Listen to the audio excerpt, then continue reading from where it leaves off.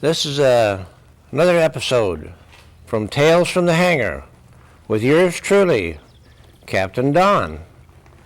Good morning, Phil. Sure nice to see you. Good morning, This Don. This is Colonel Phil Adair, retired United States Air Force of World War II fame. Is that a fair statement? Well, I was in World War II. I was there. Yeah. Well, you're sure looking good this morning, Phil. Tell me, I believe you told me you're a farm boy. Is that correct? Yes, I grew up on a farm in Oklahoma. You know, most people live in a house with 3 bedrooms and 2 baths. I lived in a house with 3 rooms that you could call bedrooms and 2 paths, one to the well and one to the outhouse. What year were you born? 1920. 1920. Well, you're 90 years old, man. Oh yes. You really look good. My gosh. The world has been kind to me. Well, yes, I'm sure it has. I know you had a phenomenal experiences. Well, now your father, did he farm with horses, mules, or did he have a tractor? Horses and mules most of his life. For the last 2 years of his real farming, he had 2 tractors. The first one's in the country there. Mm-hmm. That was just before the big crash. When you talk about the big crash, what are you talking about? I'm talking about 1929, when the stock market went down and almost everybody lost most of what they had, including us. Yeah. We downsized from a little over 1,500 acres that we were farming to 160. Made a big difference. 1,500 acres in those years was a big ranch, so. It was. Took a lot of people Yeah. during the harvest season to take care of everything. I was curious to where you were and what you were doing when you heard about the Japanese attacking Pearl Harbor. I was going through flight training. Actually, I had just finished flight training. You're already in the military. No, I was in the okay. civilian pilot training program. I see. At General Breeze Field at the University of Laramie in Wyoming. Had been flying Waco UPF-7s and the Cessna 140. Well, it happens to be a Waco UPF-7 sitting right out there. You've seen those before. That's what I say, that's a beautiful airplane. Yeah. Well, anyway, you got out to Wyoming, and you hitchhike out there? How'd you get out to Wyoming? No, I went by train in 1937 in December and lived in a boarding house there. I worked there for 4 years, and during that 4-year period, I worked real hard in the civilian pilot training program to earn my wings and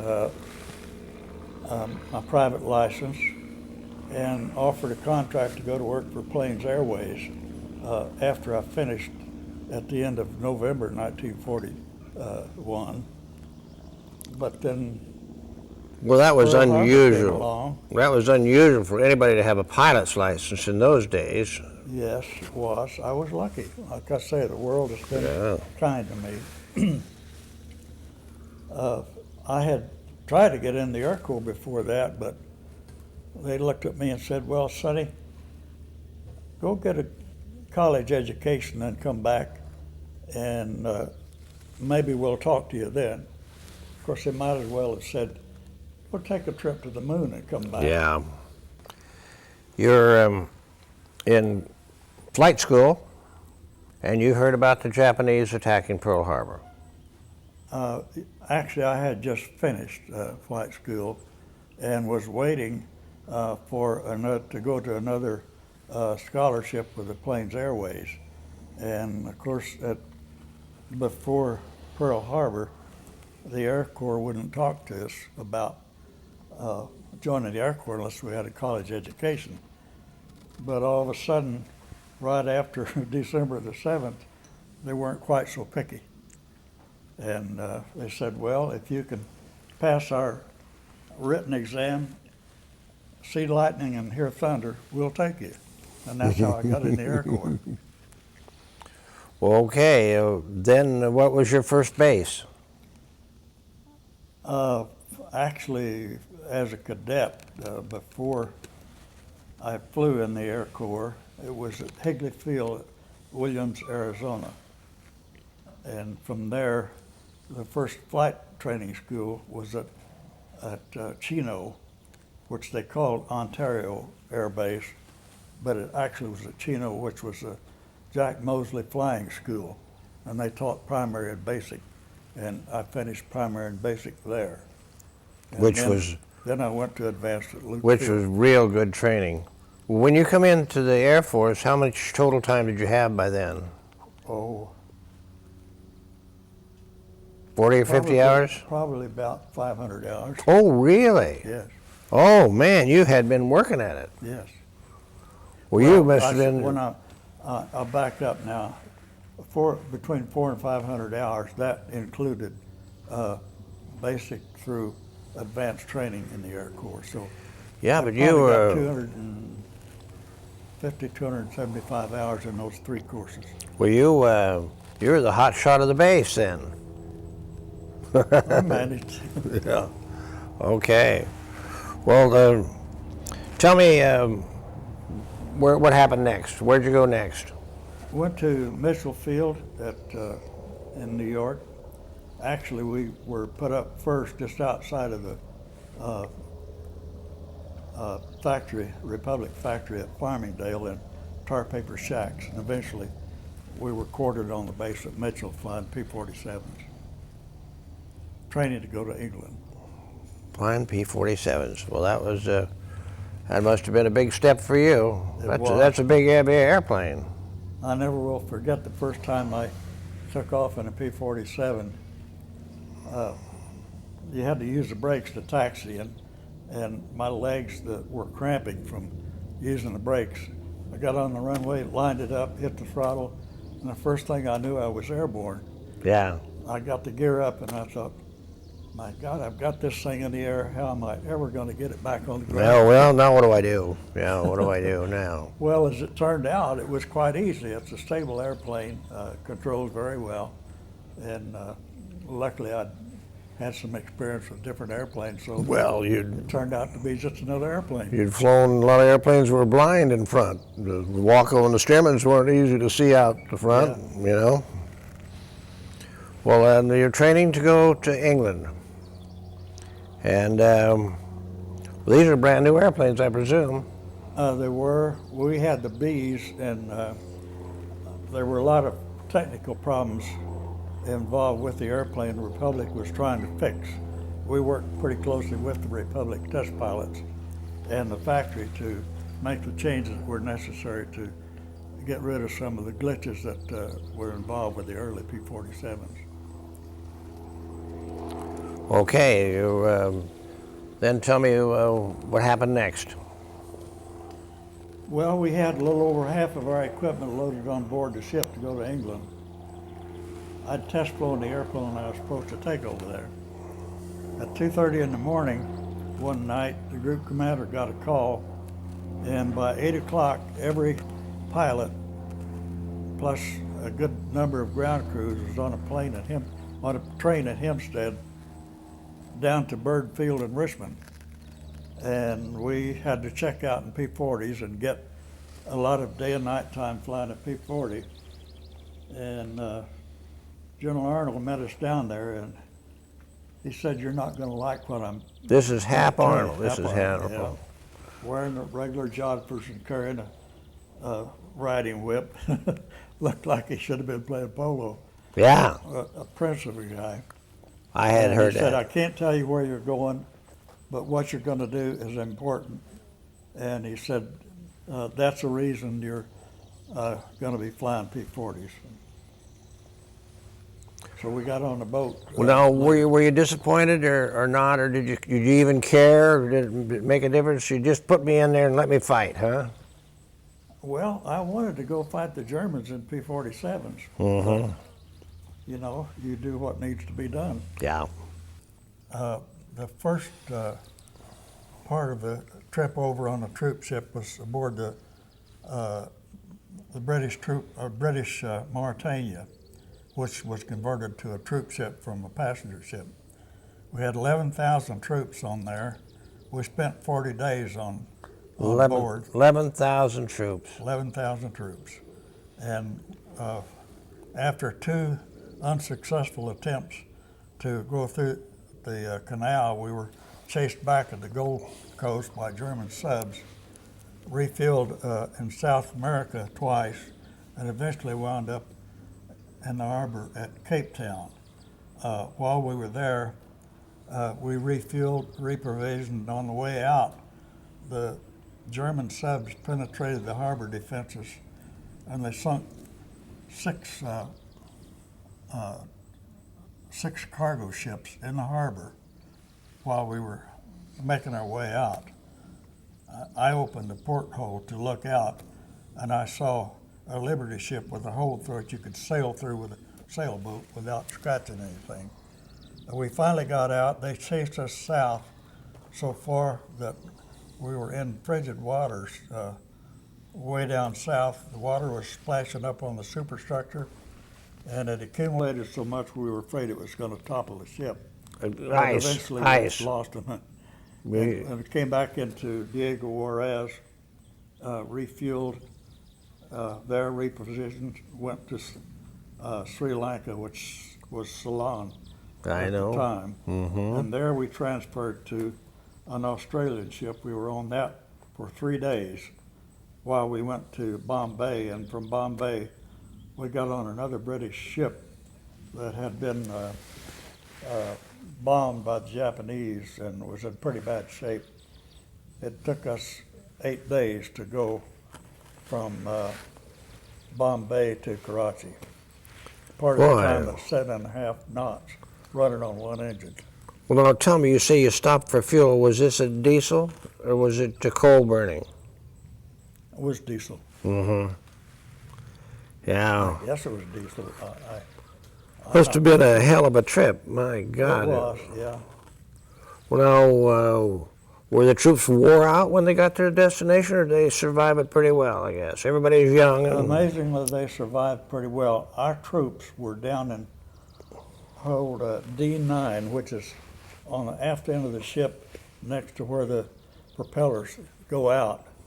And it was noisy. I was going to say noisy and hot. And we took turns. The aircrew members took turns going down and sitting with them just to try to keep them cheered up, because they were trapped down there. They couldn't get out much. They got maybe an hour on the deck in a 24-hour period. Oh, wow. Well, could the guys play cards and things, or just read a little bit? They were in hammocks.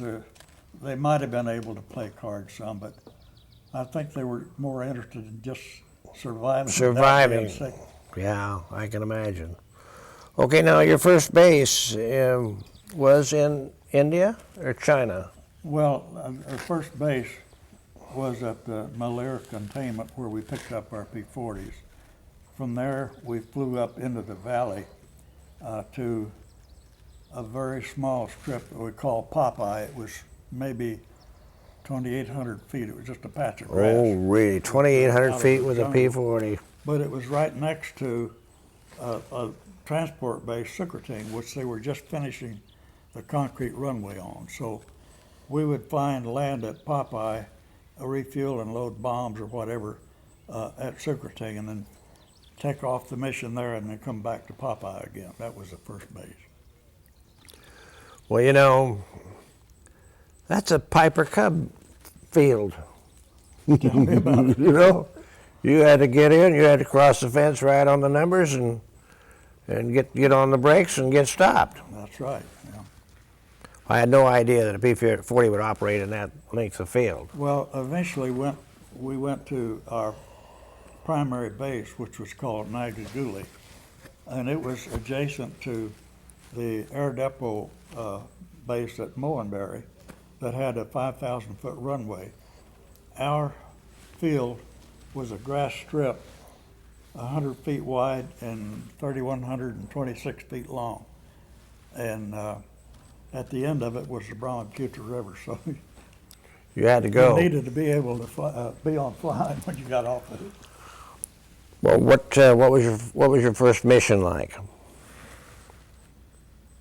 Oh,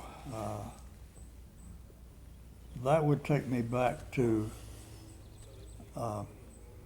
Secretary. And the first, what I would call a real mission, we had flown a lot of patrol missions. We didn't even count those at the first, the ones over the hump. But the first mission was to attack a Japanese supply depot near Missional Aerodrome.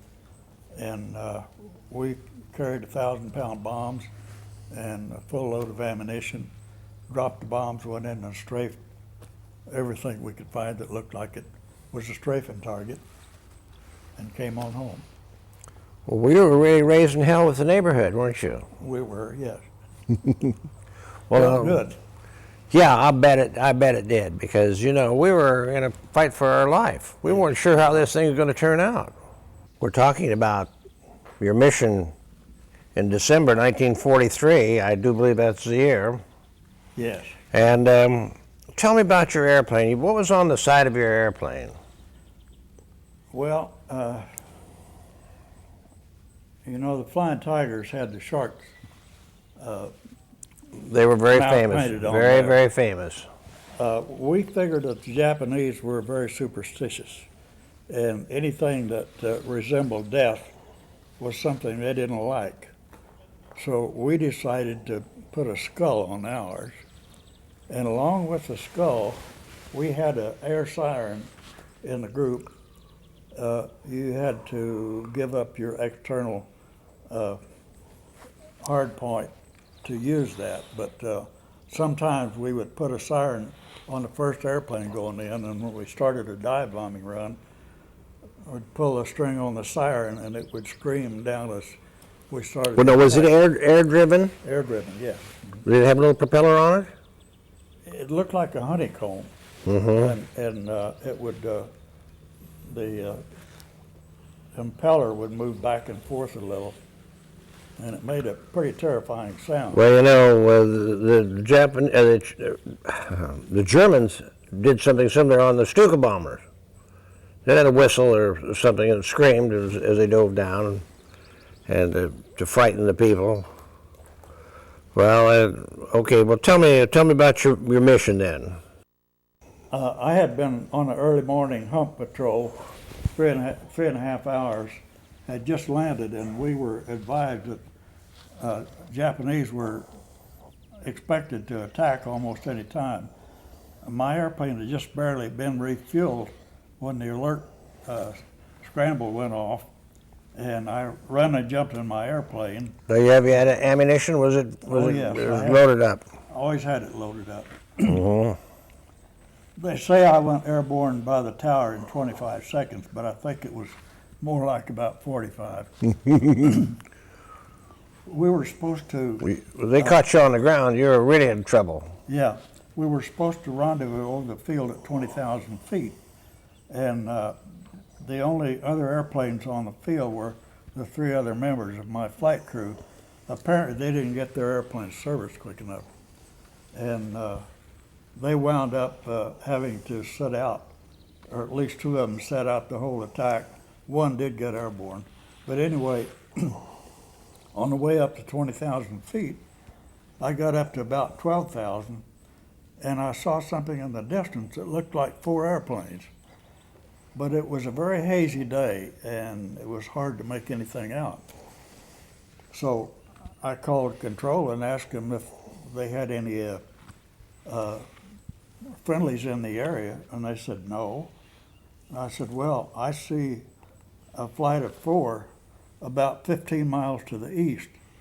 Oh, no, that can't be. We have a report from ground observers that there are airplanes 40 miles to the east. And so I made another circle, and I could see them better, and I said, I'm not sure that's just four airplanes, and they're 15 miles to the east. I'm gonna go take a look. So I kept climbing, And eventually I got up close enough to see that it wasn't a flight of 4 airplanes. It was 4 flights of bombers. And there were 6 bombers at each flight. Oh, And wow. it was so hazy. And you were hard out to make you were anything out there by yourself, all by basically. myself, yeah. And so I told them what I was seeing, and I hadn't seen the fighters yet because it was so hazy that it was hard to make anything out. And by the time I got up above the bombers, I looked around and there were fighters all over the place. And I, gee whiz, I've never seen this many airplanes in the air at one time before in my life. And apparently they didn't notice that I wasn't one of them. And they got clear up on top above everybody. And I called control and said, those airplanes that I told you about are bombers, and they're headed northwest on 335-degree heading. I think they're going to make 180 come back over your base and bomb you. Oh, no, it couldn't be. They're farther to the east. So I watched, and pretty soon I said, yep, they're coming for you, and their ETA is, and I gave them a time when they could expect to be hit. And I'm sitting up there and looking around and counting, and I had to count the fighters in different quarters. It looked like there were about 10 in each quarter. So I was looking at 24 bombers and 40 fighters, and I'm up by myself, and I called and said, do you have any friendly fighters in the area? I need some help. Yeah. Negative. So they kept coming, and finally I said, well, I'm sitting up here.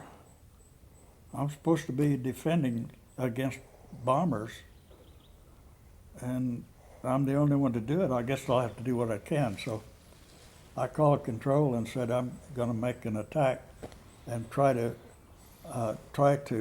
fire enough rounds in the front part of them to distract their attention about the time they're trying to drop their bombs.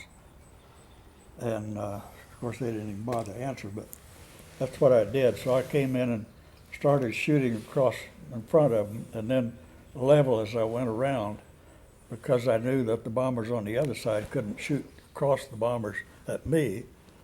So I swung around in behind, and I finally wound up on the tail end Charlie of the bomber stream, and I came screaming up on him, shooting at his left engine.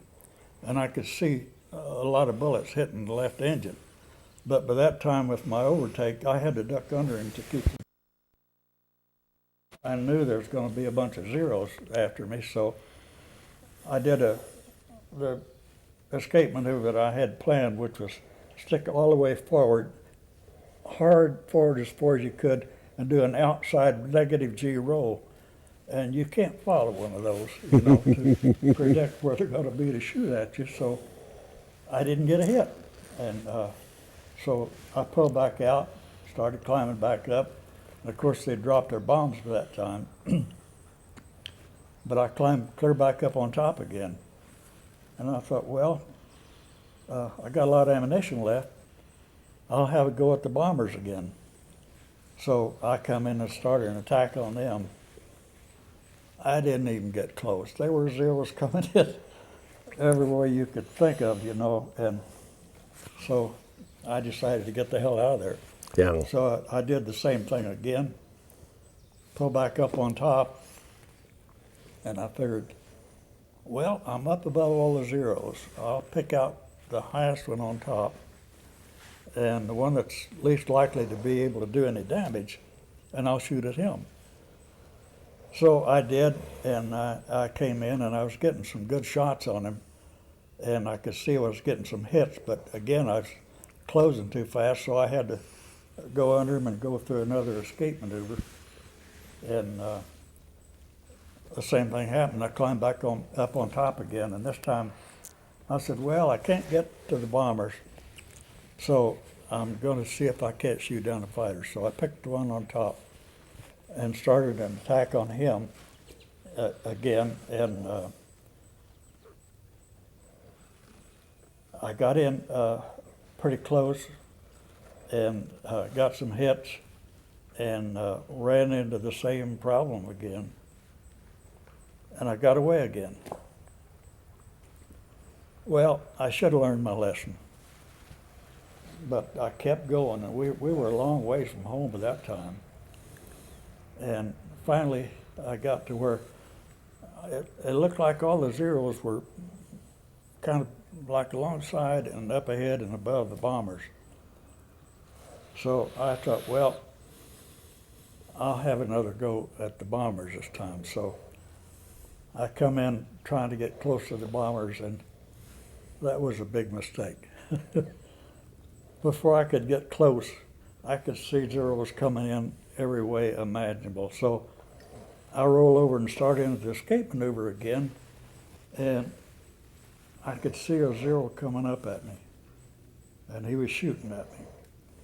I had to stick all the way forward and push him, trying to get out of his line of fire, and it just wasn't working.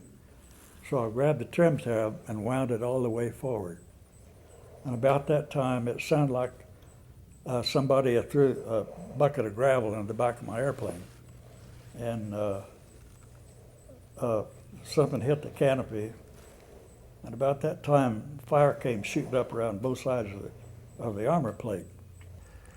You had flames coming around in the cockpit. Yes, around both sides. And it was a flash flame. And the flames went out right away.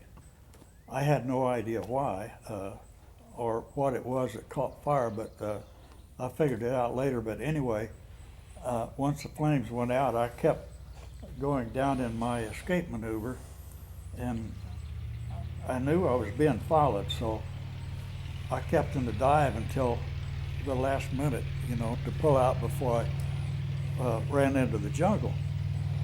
And so when I pulled back on the stick, I knew something was wrong. Well, I grabbed both hands on the stick and pulled, and finally I could see green turn into skylight. And I breathed a big sigh of relief. Wow, yeah. And then I thought, well, I'll crack the trim on it. Well, when I got a hold of the crib tab, it just spun freely. They shot the trim cable in two with full nose down trim. I'm about 125 miles from home this time. If you've ever tried to fly a P-40 with full nose down trim, oh man, you know you've got a problem. And so I tried everything I could. The seat belt was too short to get over the stick. I tried holding it with my knees with both hands. were you getting tired? Oh, I was terribly tired. Yeah, okay. And so finally, a light dawned in my old brain box. And I said, well, now if it wants to go down, I'll just turn it upside down and it'll climb. And it did. And it climbed for about maybe 45 seconds or so, and I got back about 1,500 feet and it started loading up again. So I rolled it back down again, till it was getting close to the trees again, back upside down again. And I did this for, I have no idea how many times. Until This was a survival thing. If you didn't, you're going to have to bail out or get in the jungle or... Yes, it was strictly a survival. At one point, Yeah. I even called the control when I was about 90 miles from home, and I said, this is my position, and I'm going to bail out. And I looked down at the jungle, and I thought, man, if I can go another 200 or 300 yards, that might be 2 days of walking. Oh, yeah. And, so that's when I figured out this upside down bit. Well, we were talking about pulling out of the dive, and after I got the nose back up above the horizon and headed for home, I noticed an airplane up in the distance. And I thought, well, if there aren't any friendlies in the area, chances are that's not a friendly. And he was offset from me like about a half a mile. He was going south and I was going north. So I kept eyeballing him, and pretty soon he got up to where I could see that it was another Zero. And he was smoking like the devil. And I think it must have been ones that I had hit before. And so I watched him, and he didn't make a move towards me, and I wasn't going to make a move towards him until after I got past him. And I thought, what the hell? If I can kill a Jap, I'm going to do it. So I horsed the thing around and came screaming up behind him. And I got about 100 yards behind him with the dead beat on and squeeze the trigger. And all I got was kerthunk, kerthunk, kerthunk. The pneumatic chargers were trying to charge the guns, but there wasn't any ammo left. Oh. And I was going too fast to keep from overrunning him. So I sailed on by to the right, and he simply pulled over and started shooting at me. But we were down low, and I went around a hill, and that's the last I saw of him. And pretty soon I got to where I had to go into this business where I couldn't hold the airplane up anymore because with that full nose down trim, eventually my strength just gave out. Oh, yeah. So to keep from going into the jungle, I flipped it upside down and let it climb. And I would climb up. You could rest a little bit. 1,500 You feet could rest before the engine started loading up. And then I would flip it back over and start this descent back again while the engine cleared up. And I did that for about 90 miles until I got close to the base. When I got close to the base, instead of going around to land in the normal way, I came straight in from the south. And when I was out about maybe a half mile, still upside down, I put the gear handle down. Of course, the gear went up and locked in position. And the armament crew there had 20 millimeters that they were using for anti-aircraft defense. And I didn't look like a P-40 coming in, and they were debating on whether to shoot at me or not. Fortunately, they didn't. So I got down close to the ground, rolled it over, got it on the ground, and pulled everything back and just let it roll. And Did it hit pretty hard? no, didn't. You had enough elevator to flare. But I was on the ground in one piece and feeling pretty good. Well, boy, I would think so, especially with this Zero got after you, and you were in no position to really fight. You couldn't maneuver very well. Just keep yourself afloat. Well, he wasn't either, so I wasn't too worried about it. He was smoking. Okay, you talked about another mission. I don't remember what month that was, September? Oh, that was 19th of May, 1944. And I was a flight leader again with 4 P-40s carrying bombs against a Japanese troop concentration down in Japanese territory near a place called Kaimang. The weather was terrible, and but the particular target was in an open area, and everything back behind us was really bad, and we'd been sitting for 5 days because of bad weather. So we got lined up in trail coming in, and I'd instructed my guys to make sure their bombs are ready to drop. They're armed, and they had their gun switches on.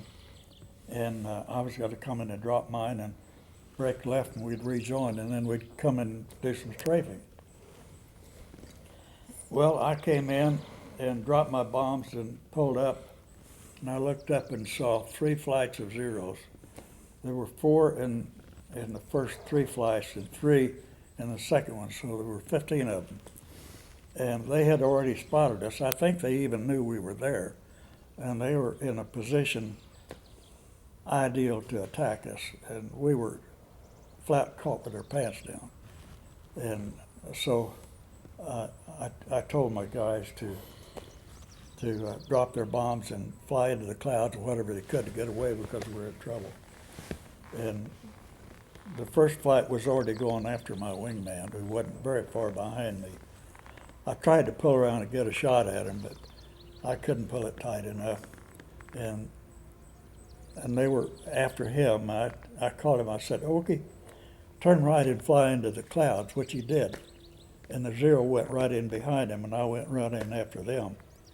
And then we turned back out and came back out into the open area. But I didn't see O'Connor. I didn't know what happened to him. When I got back out into the open area, all I could see was Zeros. I couldn't see any of my guys.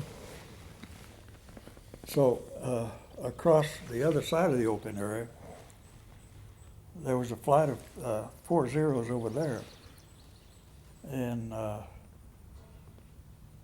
running away from them didn't seem like too good an idea. I either had to get in the clouds or do something different. So I decided just to make a head-on attack at these 4 guys. And so I headed into them, and before I could get close enough in range, they all broke, so I couldn't get a shot at them. Back in the clouds again, out again. Another group of 4 in a different place. And so I went through the same maneuver again, still no other P-40s in sight, just Zeros. Well, I'm going head on into this flight of of Zeros, and the first one broke left, the second one broke left, the third one broke left, and the fourth one was stupid. He kept coming, and I waited until I got a dead beat on him and squeezed the trigger. And it seemed like the instant I squeezed the trigger, the airplane just blew up. I mean, it just pieces. So back into the clouds again. I come back out. Pretty much the same thing again this time. No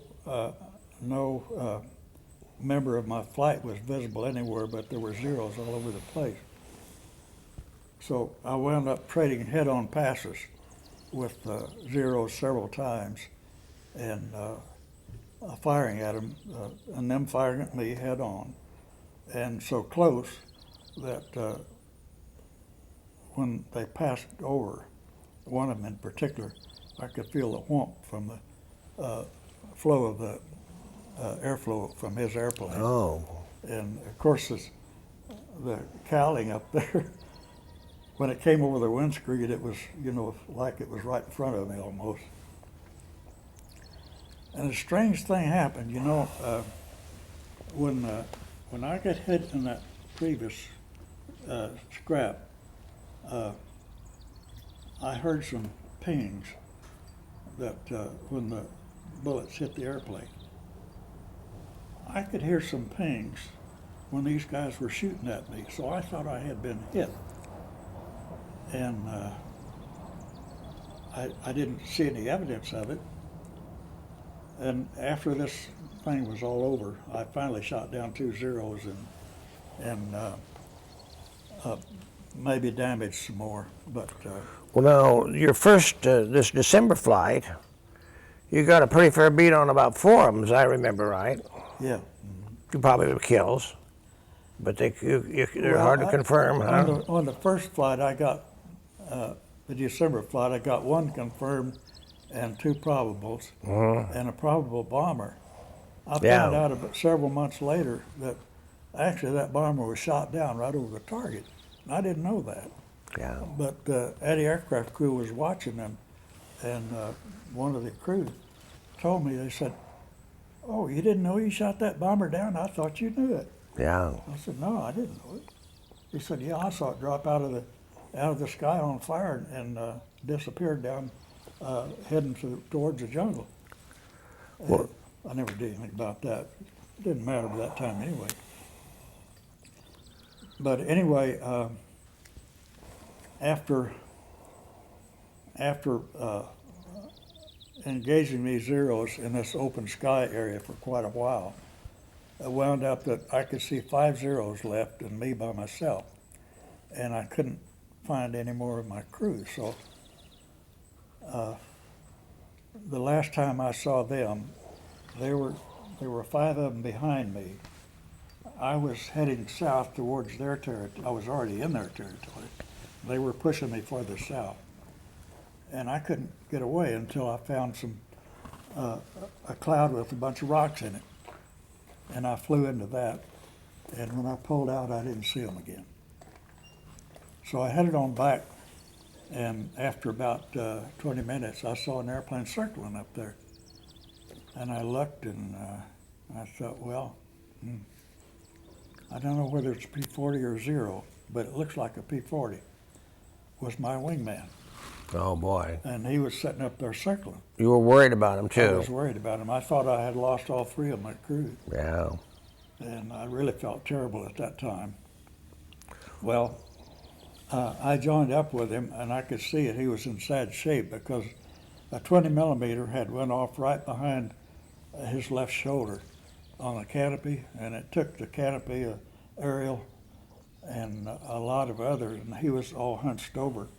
He was injured. He was hurt. He was really hurt bad. And so he motioned it like I thought he was telling me, look at my airplane and see what all is wrong. So I looked him over, and I couldn't talk to him because he couldn't hear me. But I gave him a sign that, it looked okay. Mm-hmm. And so he pointed at the instruments and went like that. They didn't have any instruments. So we head on out, and we'd been going north about 10 or 15 minutes, and I get a call on the radio, Bamboo Red Leader. This is Bamboo 3. I'm over Sadia, and I've been hit pretty bad. He said, I'm circling here, and if you can take a look at me, he said, I'd like to know what my airplane is like before I try to land it.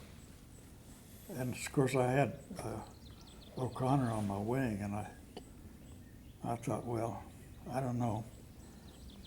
But I decided it wasn't much out of the way, so I went up and found him. And he was shot up worse than O'Connor. Yeah. He didn't have all of his tires were flat, but there wasn't a fluid leak anywhere. So I said, okay, we'll go in. I'm going to fly O'Connor down right to the ground because he doesn't have an an airspeed indicator. Yeah. And I'm going to take off and go around. And Rogers, you land behind him. Your tires are flat, so you're not going to go very far, but I'll get down the best way I can. So I come back around and land. So I told him to land as short as he could and try to give a little room on the side if he could, because the runway was only 100 feet wide and 60 feet of it was usable. Well, I got down, and O'Connor, by the time I got on the ground, they'd already taken him to the hospital. Rogers didn't have a wound, but O'Connor had 113 bullet holes in his airplane. Jeez. Some were from dead astern, one from dead ahead, both sides, the top, you name it, through the prop. Rogers had 123. How that airplane flew, I will never know. Of course, they hauled them both off to the junk pile. Now, did these men survive? Yes, they all survived. The number 4 man, when they attacked, he got the hell out of there, which was his first mission. I'm going home. I'm going home. He went home and he made it. Well, now, if I'm counting right, you're an ace. Well, But you won't say you're an ace. I never really claimed, but You know for sure that you killed. I know I got 2 on that 19th of December, or 19th of May mission, and probably some more. Yeah. And we got an intelligence report back that the Japanese claimed they had shot down 24 P-40s and only lost 9 Zeros. Now that's what the intelligence people said. I don't believe it, but I think that's a. Well, you know they didn't lose that many P-40s. No, and we were the only ones that engaged them. Yeah. Well, they might have thought they had because they followed us into the clouds several times. So who knows what they thought? I don't. The air-to-air part of it, to me, was not necessarily the important part. The important part was that we were trying to capture northern Burma from the Japanese because they had severed the Burma Road. And there was a movement with a group called Merrill's Marauders and Pick's Engineers that came into Lido, and they started from Lido, going across the Naga Hills, headed for the airdrome at Missional to capture the airdrome. And they couldn't carry any heavy artillery with them through the jungle. Yeah. So we became their flying artillery.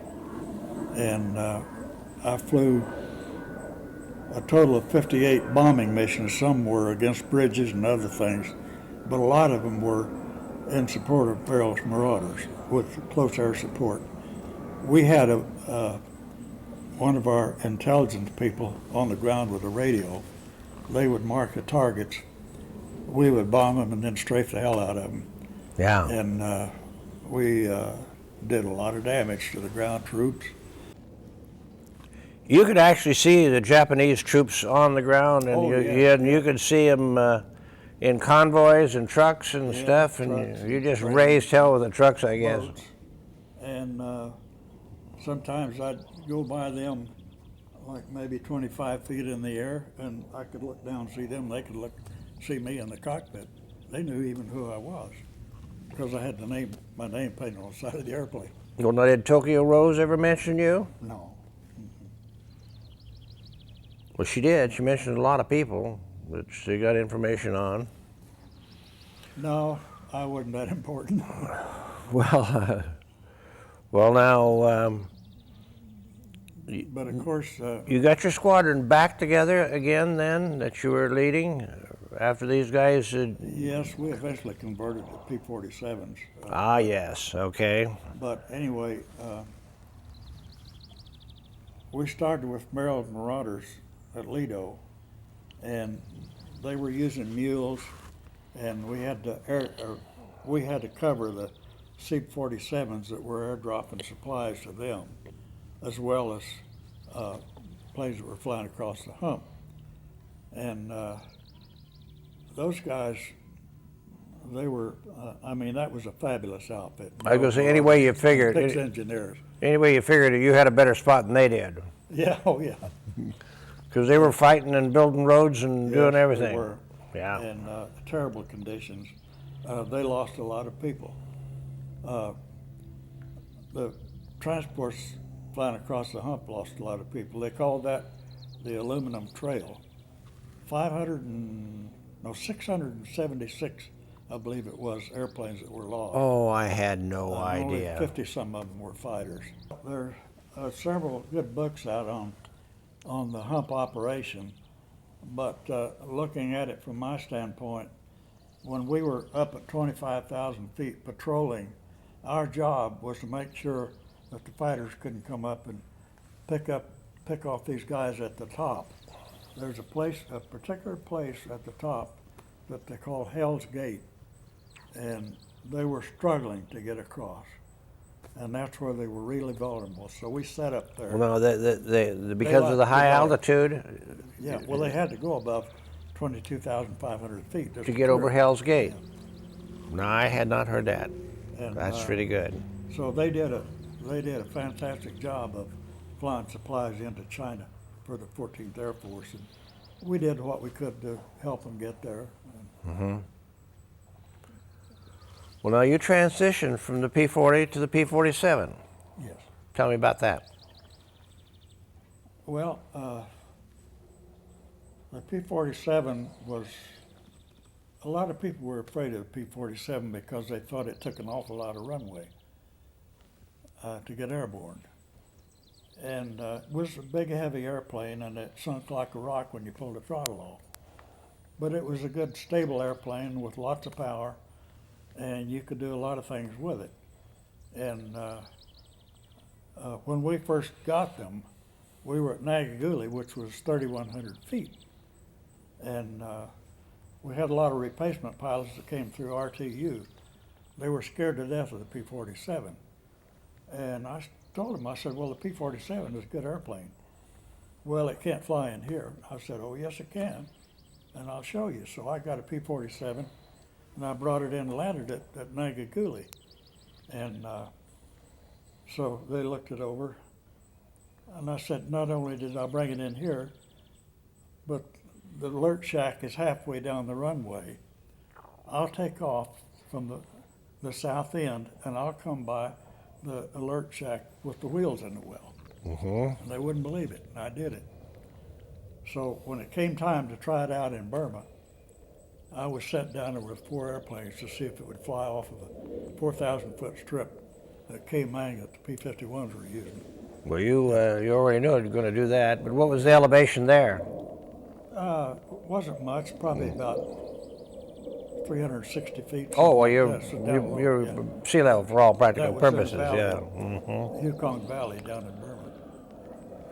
Well, we've talked about you're mixing it up with the Japanese fighters and bombers, and you're talking about strafing, and I'd like to hear about this bridge you knocked out.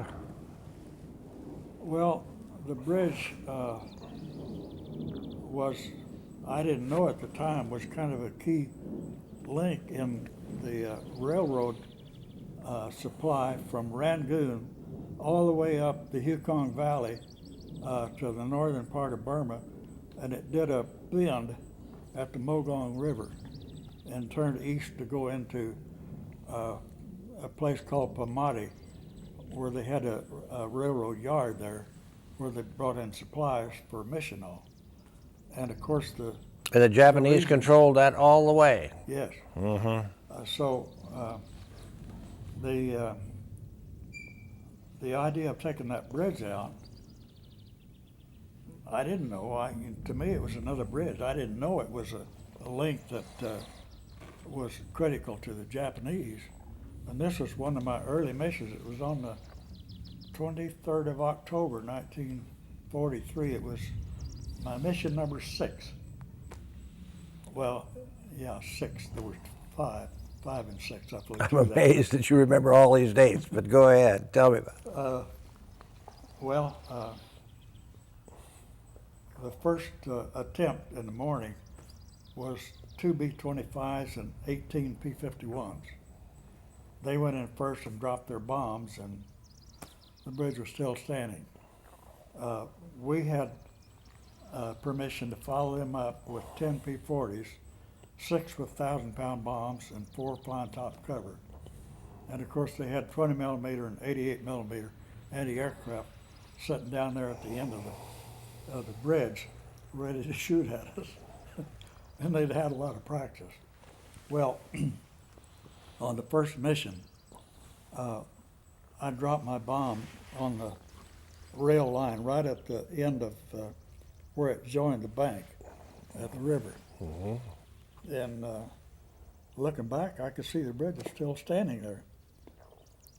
Well, when we got back, the squadron commander asked if we could try another mission. They said, go ahead, we don't care, it won't do any good. If you want to do it, go ahead. So I was on the second mission. I was tail end Charlie again. I picked out an abutment that looked to me like the most critical one supporting the bridge. And I zeroed in on that, and I didn't drop my bomb until I was sure where it was going. And when I pulled up and got to where I wasn't blacked out anymore and looked around, the bridge was laying in the water. Well, now, a lot of times on these dives, as soon as you unloaded your bombs, you had to escape, and you pulled hard. Yes. Now, you talk about maybe blacking out. Oh, yeah. Was that common? Oh, yeah, yeah. Well, I'm a pretty fair aerobatic pilot, and I could pull 10 Gs myself for a little while. But you must have been pulling more than that. 10 or 12 Gs Well, on the pullout. I don't know. I kind of doubt it. What it was is pulling up out of the dive, but continuing pulling on around. Oh, yeah. Because the ack was shooting at us. Oh, yeah, sure. And I Well, figured now- the more I changed direction, the better chance I had of getting out Oh, of yeah. it without Yeah. losing something. Well, the big boss ought to have been pretty pleased with you that day. Nobody said a word. You Nobody said a word. just doing your job. Yeah. Yeah. Well, that's really great. Well, I'm anxious to hear what happened next in your career. How long were you overseas?